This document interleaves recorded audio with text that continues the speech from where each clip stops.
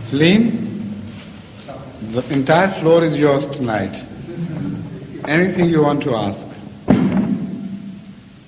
Have you got a question or two to ask? Good. Assalamu alaikum. I didn't know, I should have asked you first, please. Yes. Huzur, my question is that the splitting of the moon by Hazrat Muhammad, peace be upon him. Would you kindly explain what was the phenomenon and what happened at that time? Well, I don't know what the phenomena was. I can just suggest a few possibilities, and that is all. And the scientists, in fact, are working on various possibilities of a phenomena happening on moon, in fact. Not with relation to what happened at the time of Huzur Akram sallallahu alaihi wasallam, but in relation to quite an independent observation which the scientists made. Occasionally, some very large pieces of asteroids fall on the surfaces of various stars and planets. And moon is also occasionally hit by these very large, let's say, small asteroids.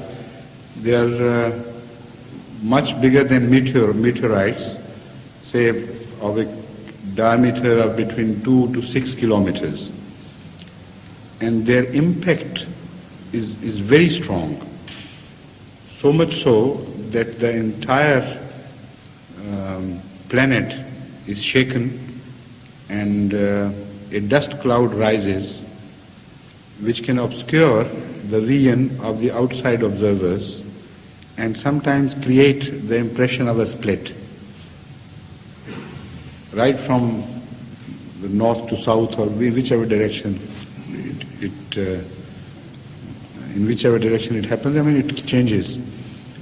But the cloud that is formed is so big, so huge, that it can obstruct the vision of a very large area. So the scientists say generally this happens after 100,000 years or so with moon. But they recently observed a phenomena which was recorded by a priest in England, that this phenomena took place about 600 years ago. Here, it was observed from here. And the evidence, they think, is quite strong. And the investigations revealed that there was every likelihood of this to have happened. So that means that their concept of 100 years interval is broken anyway. So some odd stray traveler of the space can hit the moon or any other surface. So that is one possibility, that something might have struck the moon right at that moment, if not that big, of some smaller size, but enough to create a dust cloud, to release a dust cloud which could have parted the moon halfway. Also, there is a remote possibility of an earthquake, but the scientists don't believe the center of the moon is a live center and it can create earthquakes anymore. So there is a third possibility of a vision, of a worldwide vision that can be created by Allah. So by the splitting of the moon, we may understand Allah meant a vision of the people as far as the observers went. If they had observed that phenomena, that was enough for them, because it exactly coincided with the revelation and the raised finger of Hazrat Muhammad Mustafa sallallahu alaihi wasallam. And according to the traditions and other historical reports, Hazrat sallallahu alaihi wasallam recited the verse first and raised his finger, and as everybody present looked up, they observed this phenomenon. And some others also did on their own, not knowing that this had happened. So the Holy Quran records it as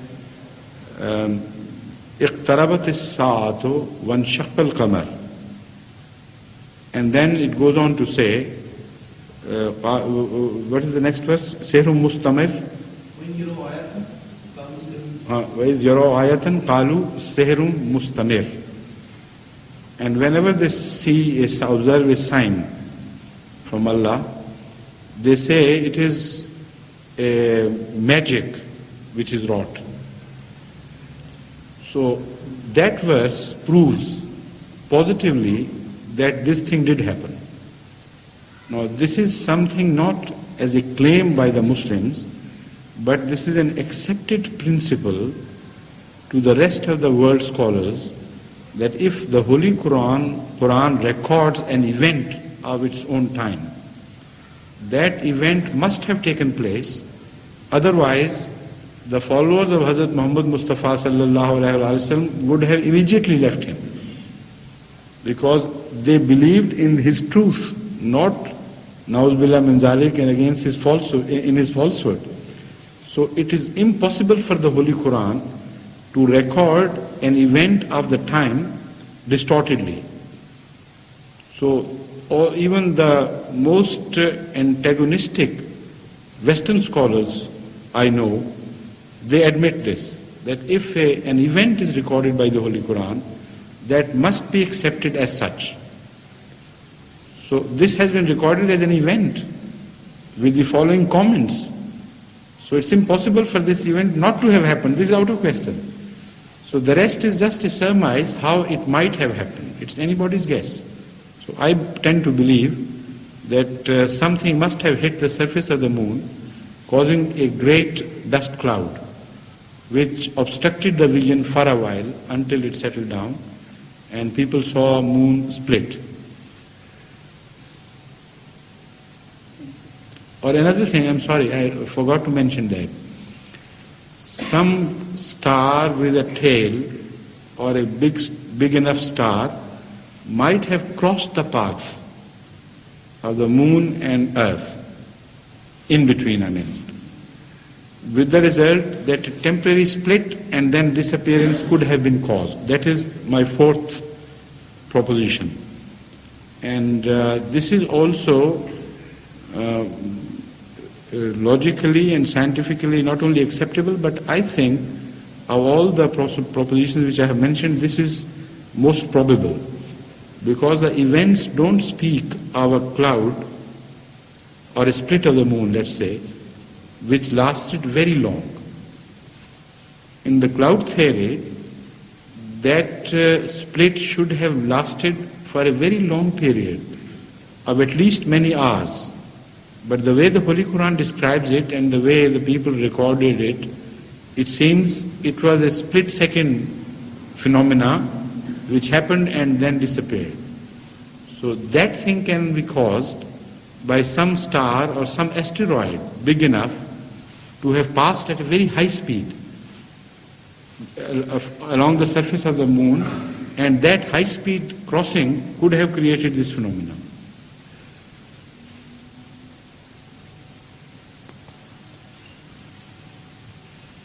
But as far as the incident is concerned, that did happen, that we know, and this is an accepted principle by all the scholarly people. Yes, please, Mr. Zafullah. You want to say something? You can go to the microphone and get your question recorded.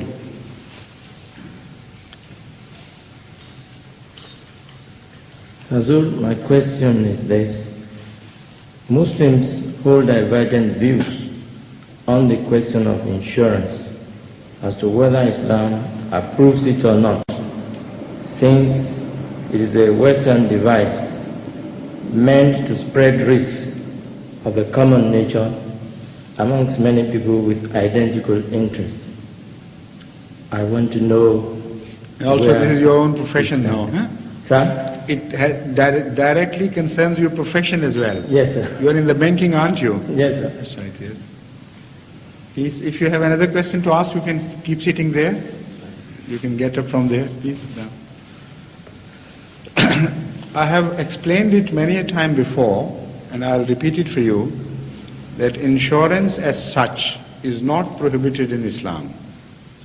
Islam goes for the security, preaches security, promotes security. and peace.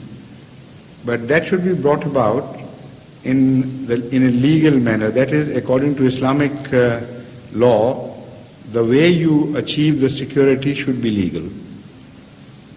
Now, the insurance as such is not prohibited. In fact, it is a very good concept. But the way the insurance companies ran in the beginning, as they came into the offing, there were two strong objections from Islamic point of view could be raised against them. Number one, they had a very strong permanent feature of usury or interest. And secondly, they had a very prominent and strong feature of, what do you call it, game of chance? Gambling, that's right, yes. So there was a game of chance or gambling attached to it so tenaciously that the very concept of insurance was woven with these two threads of interest and gambling.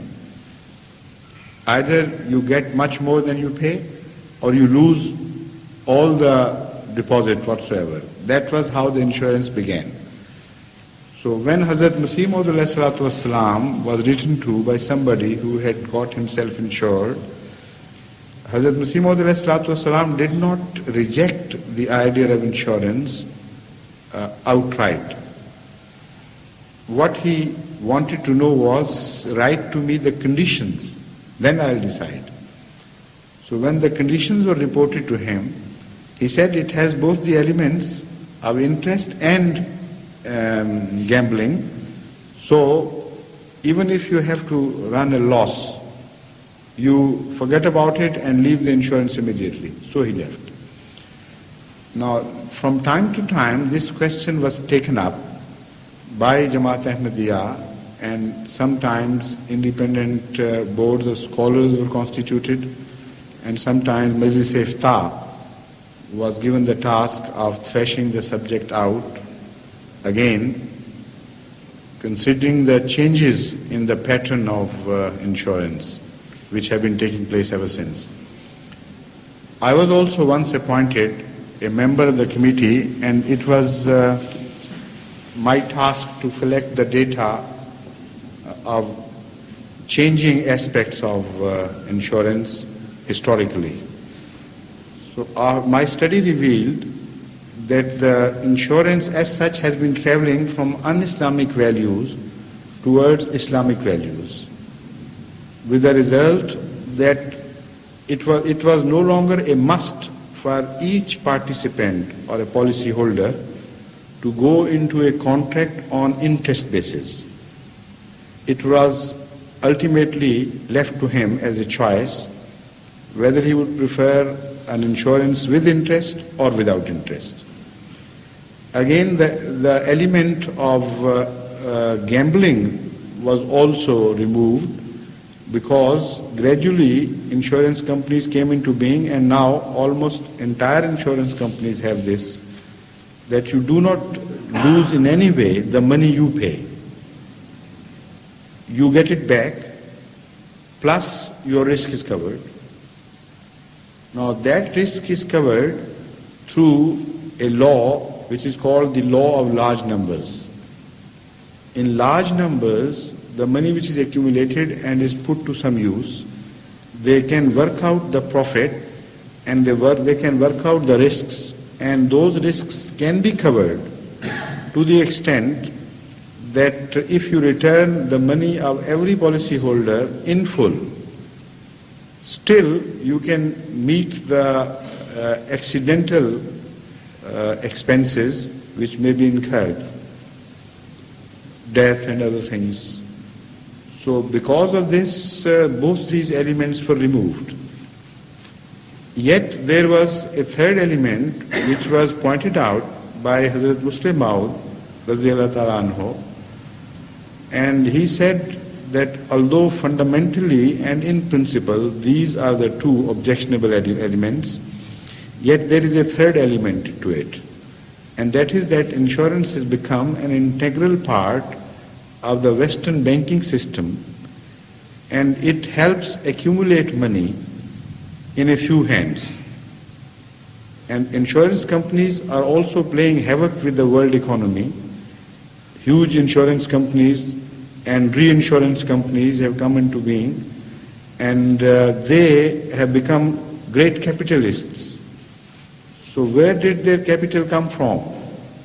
In fact, they have become a source, a magnet for attracting money unless huge mountains are created. And that is against the general philosophy of Islam. Not a set principle in so many words, but the general financial philosophy of Islam does not promote collection of money in a few hands through a system which goes on increasing that concentration. So this was the objection raised by him. And he himself suggested in those days that if some sorts of insurance companies who are run on mutual basis, loss and profit basis, with mutual shareholders, so that the policy makers also have some share in the company, and they in the long run are responsible for loss and profit, that would be something very close to Islam. That was one element which got introduced again, and this mutual insurance became more popular. So when I studied the history, I found it surprisingly gaining more ground, with the result that there is a constant ascending graph vis-a-vis the ratio between the mutual insurance companies and non-mutual insurance companies. So that was one factor which brought insurance of the present day still closer to Islam. Yet there was another factor which had to be looked into, that the insurance companies as such play dice. They gamble in a manner that when you calculate the risks, you will be surprised to learn that if today we dissolve all the insurance companies, each insurance company would go under debt. What they are doing is, now this was some discovery which resulted out of my investigation. The fact is that they are in fact deceiving the world in a way. They present their budgets in a manner that they always appear to have more money than they have to pay. But the ordinary people do not know that they include in their budget of the present year the money which they have to pay to the future people, say about extending up to 20, 30, 40 years. They have already taken their money, they have consumed that money, and they are responsible for all the accidents and things and the full payment of the future 20 years. When they enter the next year, they get new income for the next year. So this fraud is never discovered by the people. It's a continuous process. But this continuous process ripens ultimately into some catastrophe, particularly during the crisis of the World War and things. And suddenly, these companies go bankrupt, and all the people who went to them for their security end up in total insecurity and loss.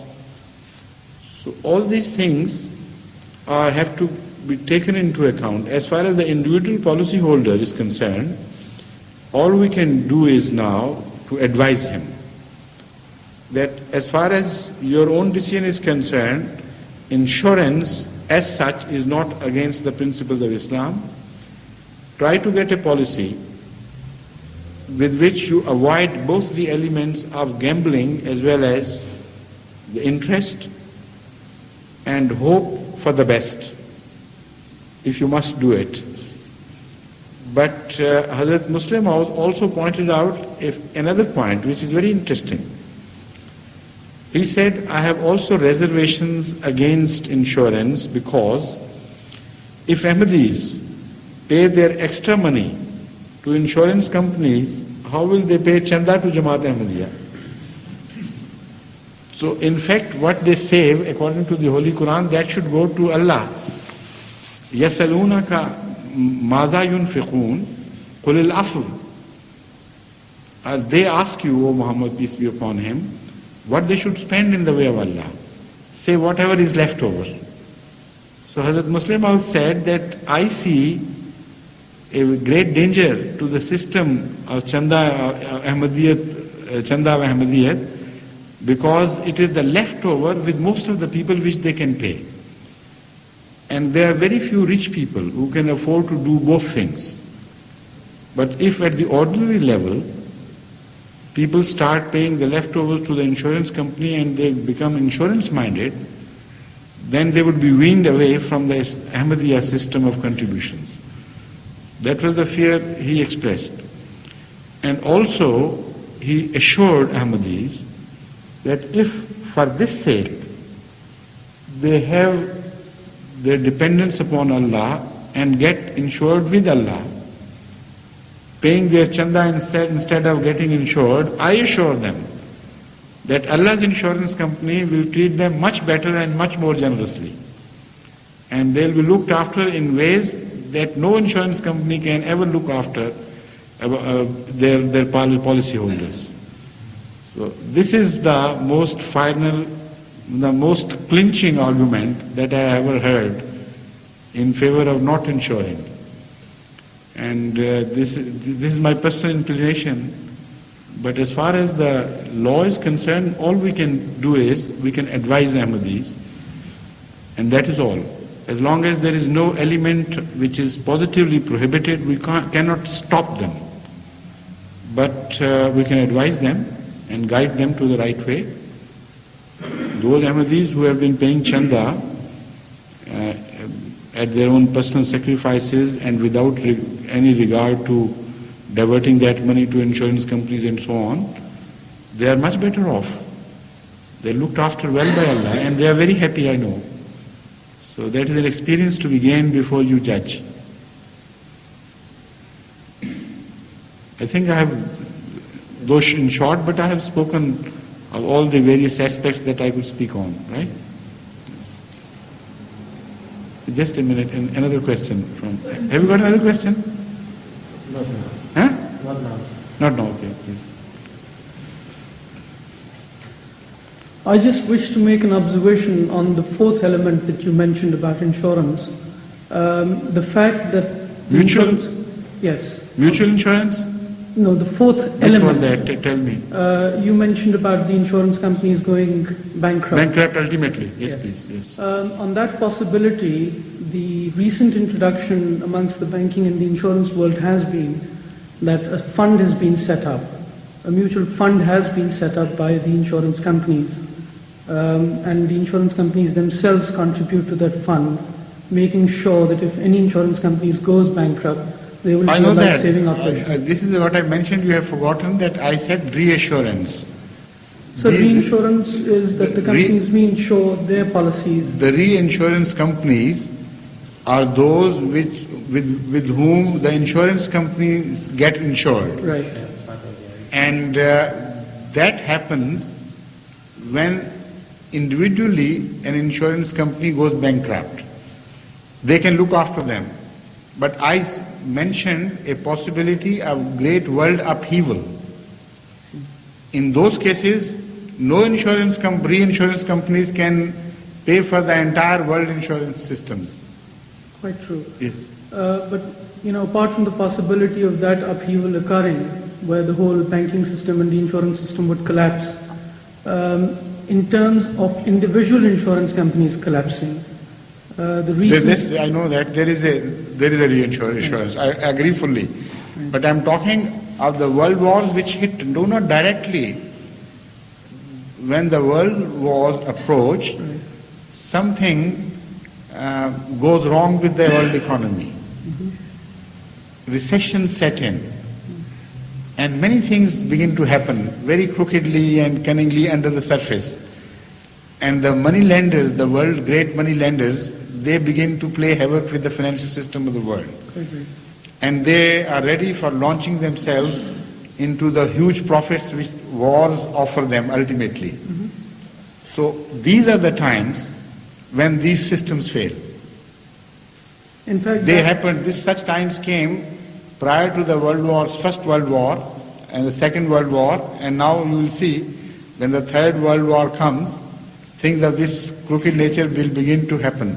So in fact, that observation has been made in the recent financial collapse of one of the leading banks in the United States and one of the leading banks in the United Kingdom. Correct. This has happened without actually a world war occurring. No, but the economy was traveling in that direction. Already signs have appeared, and that was also one of the hits of those future possibilities.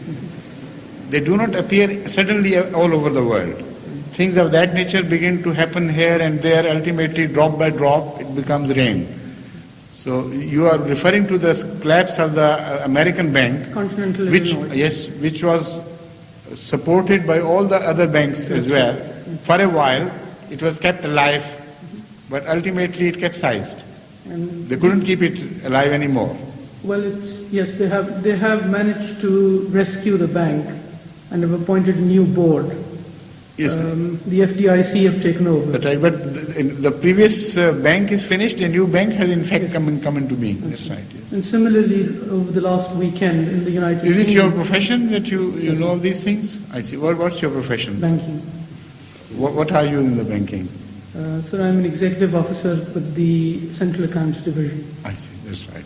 Thank you. Thank you.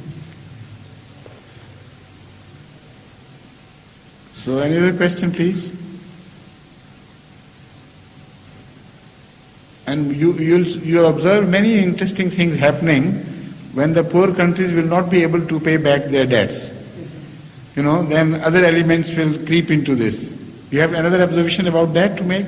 Please come on. I just wanted to point out that the major banks in fact are being forced into a situation where they have to reschedule the debts of the third world countries, and thereby it becomes a system where it goes on and on and on, and ultimately a day will come, as you've observed, which will end up creating havoc in the world. Right. Very, very minute things happen, though in unconcerned, indirectly, they begin to influence these things. But they do happen. Now, for instance, the medical profession directly has nothing to do with it, as Dr. Latif Qureshi would bear me out. But in America and other advanced countries, the medical risks have been rising steadily, with the result that the doctors felt very much insecure. Now, this is how this insurance company has become a sort of racket, mafia type thing, which has sent its tentacles into all professions and all clean things. Now, the result was that because of the American laws, anyone who felt that the doctor had been negligent to him could sue him. And the amount against which he sued was so colossal that if the doctor sold out all his property, he could not meet that demand. The result was that he immediately got insured against that sum. And when he got insured against that sum, he had the possibility of quite a few such cases. So the insurance amount was quite huge. He had to pay a huge premium, with the result that he raised his fees and charged these patients. And a vicious circle started, with the result that now to become ill in United States, if you are not insured, is the greatest risk than to die. So the result is that the whole system has completely gone out of the control of either the patients or the physicians, and they have been caught up under the clutches of great insurance companies. Now, during the recessions, what happens? People then do not pay extras. They would rather run the risks than pay heavily for these things. And suddenly the insurance companies start getting less and less from these directions previously which supported them quite substantially. So the system of medical reassurance and some others also get affected, because then bread becomes more important gradually in the life of everybody. And these insurance companies in the advanced countries are running on an artificial economy and artificial way of life. So during the recessions, that way of life, which is artificial and which has in fact risen much beyond the substance of the economy. Skyscrapers are useless requirements are built, without which man could live. So they began to be demolished from the top, and also the insurance companies become diminished to exactly in correspondence with that diminution. The result is that suddenly they are caught in this mess and they can't help. And then the people are hit back once again. And again they lower their extra spendings. So economy, once it has lost its balance and organization, then it goes tumbling down and nobody can stop. No world government can stop it. So these things happen, and this is why Islamic systems are the safest systems. They are based on morality, on reality, on a poise and balance. So the only safety lies in Islamic concepts, whether they are about the financial systems or morality, whatever they be. Yes, please. Huzur, the prophecies made by Masih Maud alayhi salatu wasalam, we know that the events which are going to happen, inshallah, in favor of Ahmadiyyat, why we do not bring it before the others? Why? Tell me. So because this is my question to you. Because some people in Pakistan, I talked with them. They asked me that why do we not bring before them the This is what I asked you too. Tell me. So they said, why have you not been doing it? They said that. No, forget them. I'm asking you now. Yes. So they say we fit after the event has happened. I say forget about them, please, for a while. Yes, sir. And tell me the same question which was put to you, I put to you myself. Yes, sir. Why don't you do it? Sorry? Why don't you do it? Well, one of the khutbah of Huzur was about this khutbah or some dars that the Jamaat, the people of Jamaat should not tell the prophecies of Hazrat Masih Maud to others? No, about the events which are going to happen. Some people explained those prophecies. No, the explanations can be wrong. Yes, but the prophecies are the substance. They are true. You must spread the prophecies without unduly making your inferences. Yes. What harms the cause of religion is the imbalanced inferences which are drawn by some imbalanced people. For instance, some are very fond of numbers. They go on inferring things which were never mentioned in any prophecy, either of the Holy Quran or Hazrat Masih Maud alayhi salatu wasalam. And then they go on betting on these things. And they say, this is our inference, and it must happen like this, and we bet. So the result is that when these things do not occur as predicted by that gentleman, not by Hazrat Masih Maud alayhi salatu wasalam, people are given an excuse to mock at Ahmadiyyat, to laugh at it and say, these prophecies are wrong. So the only right way to go about it is to present the prophecies as such. Like Tajalliyat Ilahiyya is a very good pamphlet on this. You should publish it, distribute it among your friends, and let the people make their own inferences without your comments. So the other thing, another question. So the people use Ya Allah and Ya Muhammad. That I have repeatedly answered. This is that to say Ya Allah, of course, is not wrong. Yes, sir. Is that? No, it's Okay. not. Ya Muhammad is not wrong either if you address him by way of prayers for him or by way of love for him. Hazrat Masih Maud ﷺ in his poems have addressed him in extreme love, as addressing him, oh my dear, oh my so and so. What is Ya? What else is Ya? So that is not wrong at all. But if you address him like Allah, so whether you use the word Ya or not, that is wrong. It depends on how you address him.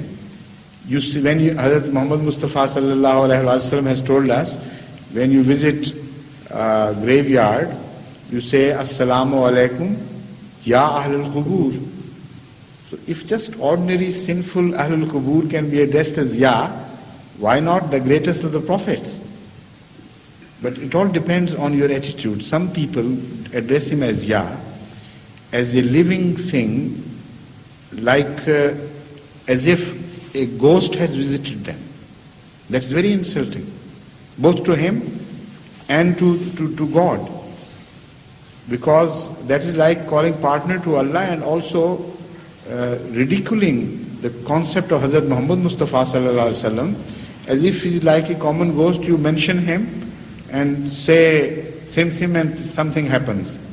Rub against the lamp and he's there. So they say, you say Ya Muhammad and he's before you, you stand up from the chair, and whenever you are holding such sessions as hymns to him, in his prayers you sing things, he comes on Mawlud Sharif and things. So this concept is wrong. There is nothing wrong with addressing him as Ya Muhammad sallallahu alaihi wasallam. It's a love. If it's an expression of love, it's most welcome. Another question? Okay, but somebody has come. Not in front of you. So give him a chance first. Yes? Yes.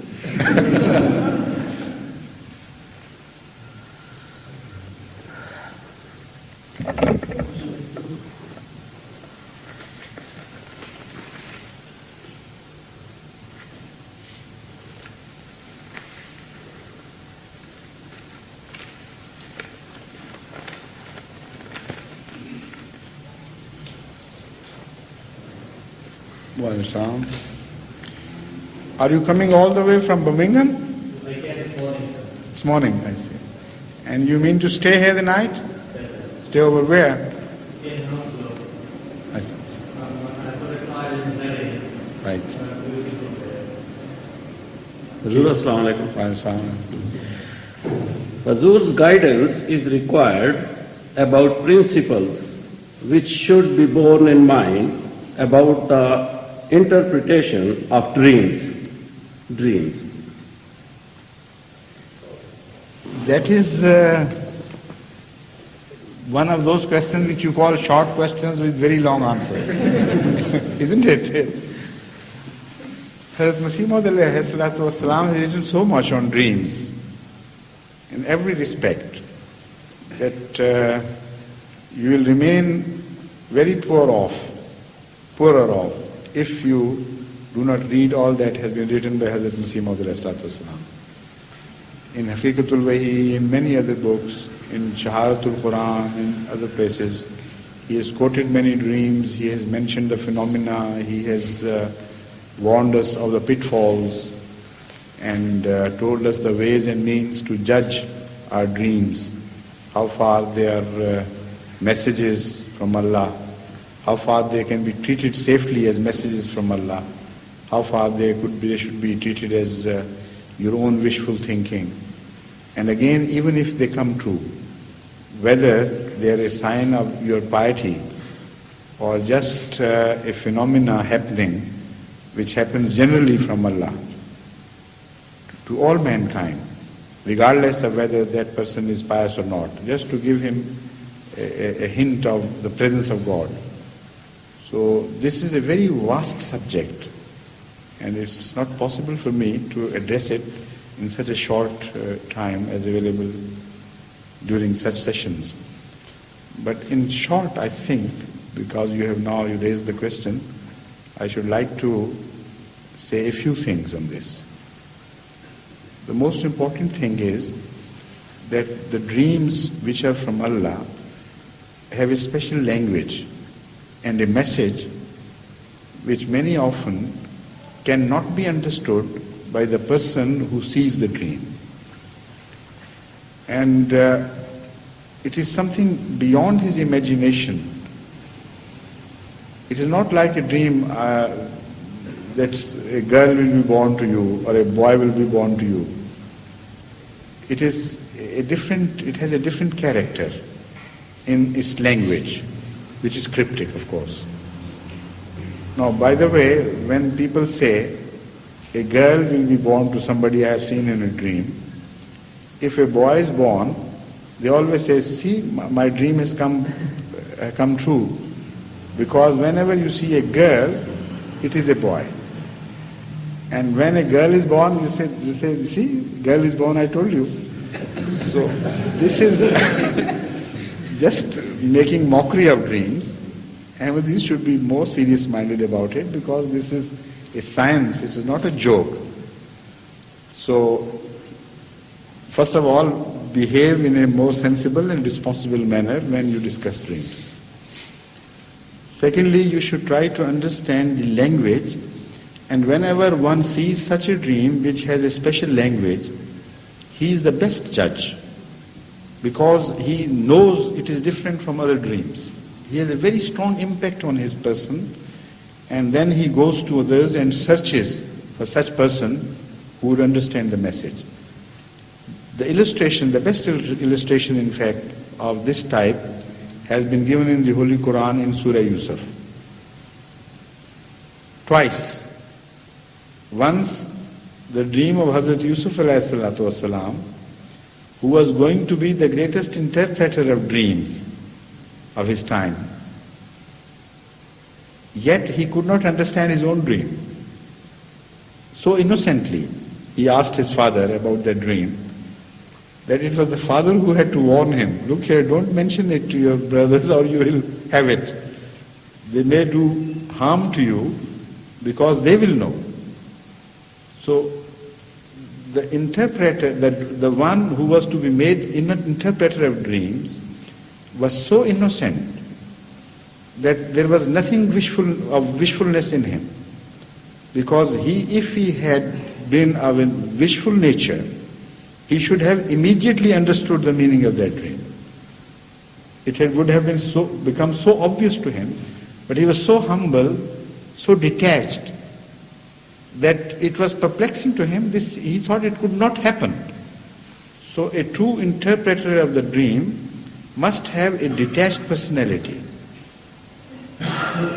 But anyway, that is the first lesson which we draw from dreams of signs, carrying some certain sign language. Later on, the same person is made one of the greatest interpreters of dreams. And after Hazrat Muhammad Mustafa sallallahu alaihi wasallam, perhaps the greatest, because no other prophet is mentioned as a specialist in that. So when Pharaoh sees a dream, that dream is not only strange looking, but he knows, as none else does, that this is a message, this is a cryptic language, and despite the fact that the best available scholars of his time pooh-poohed the dream and rejected it as just a fishful thinking or something which has happened to you, maybe a visitation from a bad soul or something, he did not accept that view. It kept bothering him, and when somebody suggested to him, there was somebody in the prison who knows the art of interpreting dreams, he was immediately sent for. And that was Hazrat Yusuf. So the way he interpreted was so beautifully fitted with the story, with the language, that everyone who heard must have got convinced immediately. Because when the interpretation is correct, it just clicks in. Like a key of the right key of a lock, it works and you know that this is going to work the moment you move it. The very style of the movement, the very flow will tell you that this is the right key. So the interpretation has to fit in. It should not be just, surmising and, searching out for this and that. A clear positive dream has a clear positive answer. That must be remembered. But there are other dreams which are intermixed. Because the quality of the person who sees the dream also has a very important role to play in the language of dreams. And the umniya, according to the terminology of the Holy Quran, of a person plays a very important role. Sometimes a dream is not entirely a clear-cut message, but part of it is from wishful thinking, part of it is from the psychological fears, and the part of it is also a message. So when the internal machinery is motivated by some angels to give a message of God, those people who do not entirely belong to Allah, they have other factors come into force. And they begin to interfere with the phenomena of dream and add certain things here and there. So it becomes a complex phenomena. Such dreams would not have, of course, a very clear-cut message. There are many possibilities then which arise. Either perhaps this is the case or that is the case. And that can only be interpreted by those who are given the knowledge by Allah to interpret the dream, or who are of a nature clearly, of a clear-minded nature, unbiased and detached from their wishful thinking, etc. Generally, these people are better judges of dreams. And thirdly, this must be borne in mind, that if somebody's dream has come true, he should not become proud of it. That is very important.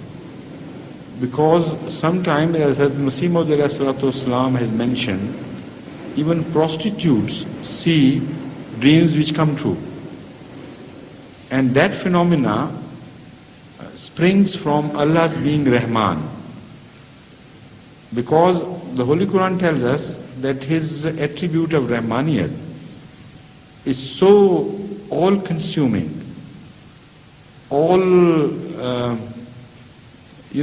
comprehensive, that it leaves nothing out. In the worldly provisions as well as in the spiritual provisions, sometimes He shows His Rahmaniyat regardless of the person's own views. Even those who call bad names, who call Allah bad names, even they are sometimes shown a good dream, correct dream. That is the phenomena, according to Hazrat Masih Maud, which is a sprinkling of the evidence of the existence of Allah. It happens here and there, not only in the religious communities, because otherwise the non-religious communities would say this is something happens to you, it is a psychological case, because you are religious, so you keep on thinking in these terms. Even your mad people have such dreams. But these things happen with even such people who are totally committed atheists. Even in Russia today, such dreams are being shown. And the parapsychologists tend to believe that it is an inbuilt phenomena which have nothing to do with the existence of God, while it's impossible for it to be called an inbuilt phenomena, because the factors which happen in future are so many that it simply cannot be related to a phenomena of natural happenings. For instance, one of the ladies, her name is perhaps Wonga, I don't know how it's pronounced, but the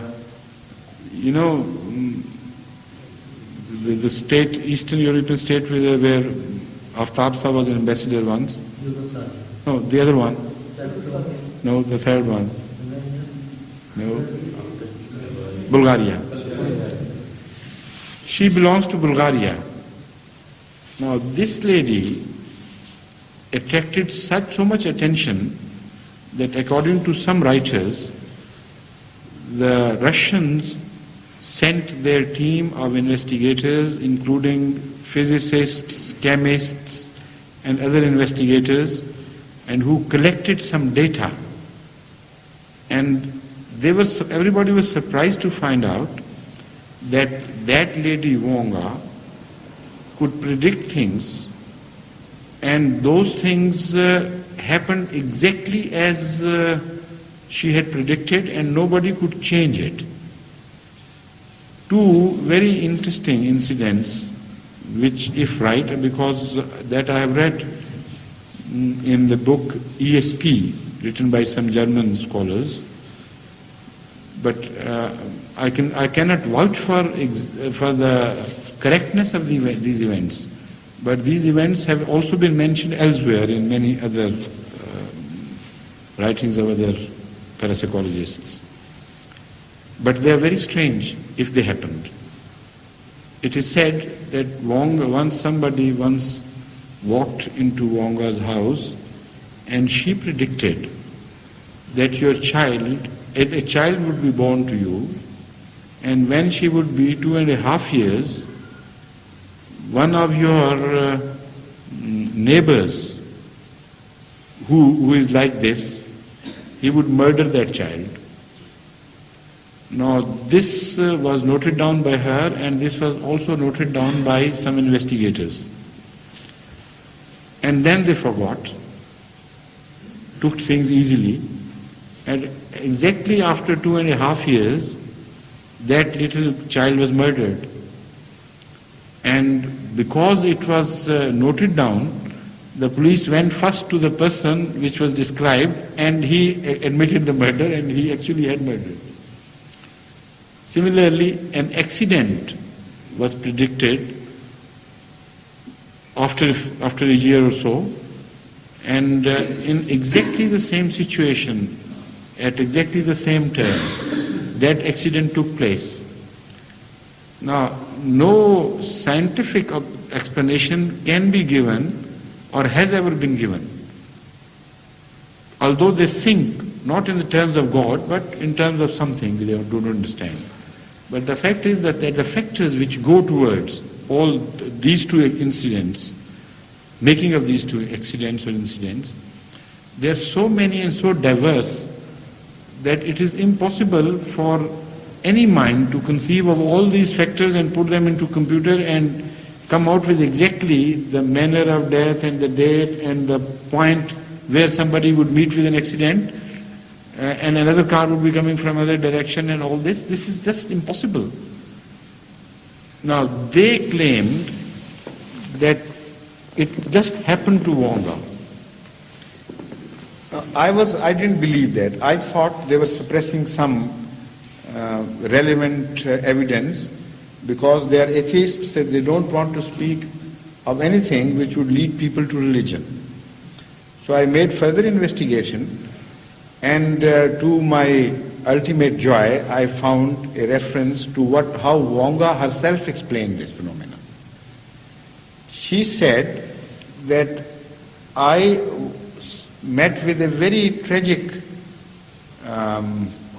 accident in my early life, which turned me against the worldly pursuits, and she also was blind, became blind.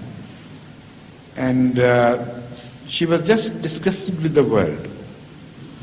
Then one day a voice spoke to her, and that voice told her of some things which happened like that.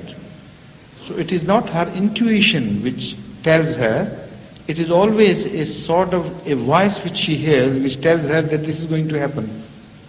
Now this part of the evidence is suppressed by these parapsychologists because they want to turn it into a branch of parapsychology which is called precognition or something, foretelling of events through your internal machinery. No, that is the general name. It is a precognition. No. There is a particular term. It's not just any English word, but it's still a regular term for this. You know, like psychokinesis, it's a term under ESP, which means through the power of mind you can move things. And psychotherapy, which means you can heal patients through the power of mind. And similarly, telepathy. These are all terminologies. And so it is precognition, I think it is precognition perhaps, which is the word for that, to know something before it happens. Now I made further investigations now on the topic of dreams I'm telling you, and I came to discover some very interesting phenomena of which I spoke when I visited the University of Duke at Durham in the Department of Parapsychology. I told them that there is a very distinct line separating the religious phenomena from the materialistic phenomena. Although we believe it originates from Allah, but with no love from Allah for such people, it is just a phenomena which He has, shown or exhibited here and there in the world as specimens. But with the religious phenomena, when you are foretold of some ugly event, by certain means, prayers and things, you can avert it. But in the irreligious phenomena, it cannot be averted. So in all such cases which have been reported in parapsychology, none could be averted despite the warnings. It was so strongly positive that human beings could not change that fate. But in case of religious warnings of dreams and things, we know that through prayers and through many other devices of winning Allah's love, we get ultimately that thing averted, and we also see the signs that that thing might have happened. It's not just imagination, but we also get the evidence that it was definitely averted by Allah. It could have happened that way. Now this attempt once was made by parapsychologist from Czechoslovakia, who has now taken refuge in America. I think he is serving in some university near San Jose, perhaps at San Jose or some university close to it, in California, south of California. Although I tried to meet him during my last visit, but he had gone to Switzerland in those days, so I couldn't meet him. He took refuge in the United States, ran away from Czechoslovakia ultimately, and now he is serving as a professor of psychology or something there. Now he experimented with precognition and tried to avert what was told. That is something very interesting which he relates about his experiences. According to one author, and this is what I wanted to testify, to find out hear from his own lips if that had happened exactly like that, as was quoted by some author. But anyway, some author quotes him as telling of his experience that once one of his pupils, which was a lady, was made to see the future of some other girl who was a fast friend of this lady and who lived in about at about a distance of 180 odd miles from this place where the experiment was conducted. And she was sent into a stance and was told to concentrate on that girl. Now she concentrated, and then she saw something so fearful happen that she started crying. And she was under such deep impact of that fearful event that she came out of the stance much earlier, despite the heavy dosing which are given for hypnotism. Much earlier than expected. She was terribly horrified and she was trembling. So she told the professor that what I saw was that my friend was sitting in a restaurant, a boy on a motor bicycle was going in her direction. Then he parked the motor bicycle outside and went in, and from his face I knew he was a vicious man, and he was a nasty man with evil thoughts. So I wanted to warn her, but I could not. I tried to speak and I could not. I was helpless. Then I saw him approach the table where she was sitting, and he told her that he has brought a message from her girlfriend who is waiting for her at some place, and he wants to carry her to that place because he happens to be his mutual friend. Now this, she knew, was totally false. And but the innocent girl, not suspecting anything, she started walking out with her, sat on the bicycle, motorcycle, and then halfway in some place which was deserted, he assaulted her in such a beastly manner that was the moment when she came out of the stance because of this very terrible experience. Now, they immediately started trying to contact that lady and warn her against this. But somehow the lines didn't work, or some other things happened, and they failed to establish the contact until next morning. And when they made the contact, she told it has already happened. And that lady was sobbing, and between her sobs and crying, she told her something terrible has happened to me, and what you are describing, in fact, has exactly happened in the manner you have seen. So this is the helplessness of this worldly phenomena. Even if you see it, you cannot avoid it. But through the very large and wide-scale experience of Ahmadis, we know that when we are warned by Allah, if we improve our conduct, if we attract Allah's mercy and love, and also pay some alms and pray to Him, such events are averted. So I told them, and everybody was surprised at this fine distinction. In fact, the professor there, now this was mentioned, I think, in the Parapsychological Institute, which is independent of the university. And the professor there, I remember, after my short address, got up and told that he has had a long experience, but never in his life he had heard such a thrilling address. And then he got my address noted down and wanted me to be a member, and wanted to find out my qualifications and things. So I said, I am not even a graduate, please forget me.